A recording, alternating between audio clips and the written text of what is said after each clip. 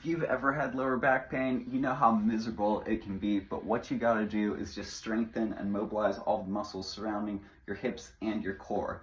Super common to have a lower back pain. 28% of all adult men, 32% of all US adult women have had this in the past 3 months. For 10% of people, it's like a lingering chronic issue that requires intensive things, missing time from work, expensive payments, surgery like spinal fusions or opioids. None of these are long-term fixes. You need to change the way that you move. A lot of these injuries come because you lift with your back, not with your legs, and that puts a lot of strain on your lower back. Compounded with your sedentary desk job where your shoulders are rounded forward and your hips and hamstrings stay tight and your glutes aren't activated, it's just not a winning formula. What you need to do instead is focus on the hip function and your hamstrings. You extend the hips so you push them back, you keep your core super tight, and then you can bend your knees a little bit and lift up and bring those hips back forward, lift the chest so it's not a rounding of the back. Here are 3 exercises that you should do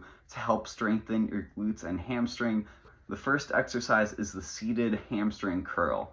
This one, you really wanna lean forward to lengthen those hamstrings, get your legs up as high as possible, and then touch the pad to the base of the machine every single time to get that full range of motion.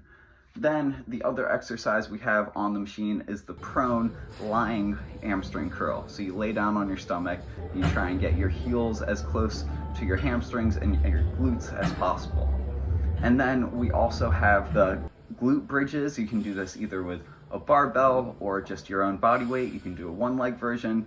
Big thing here is just you want to feel a really big squeeze in those glutes for at least 2 seconds when you get to the top every time. It doesn't matter if you're a little lower, a little bit higher. You don't want to overarch the back. You just want to feel that huge squeeze in your glutes.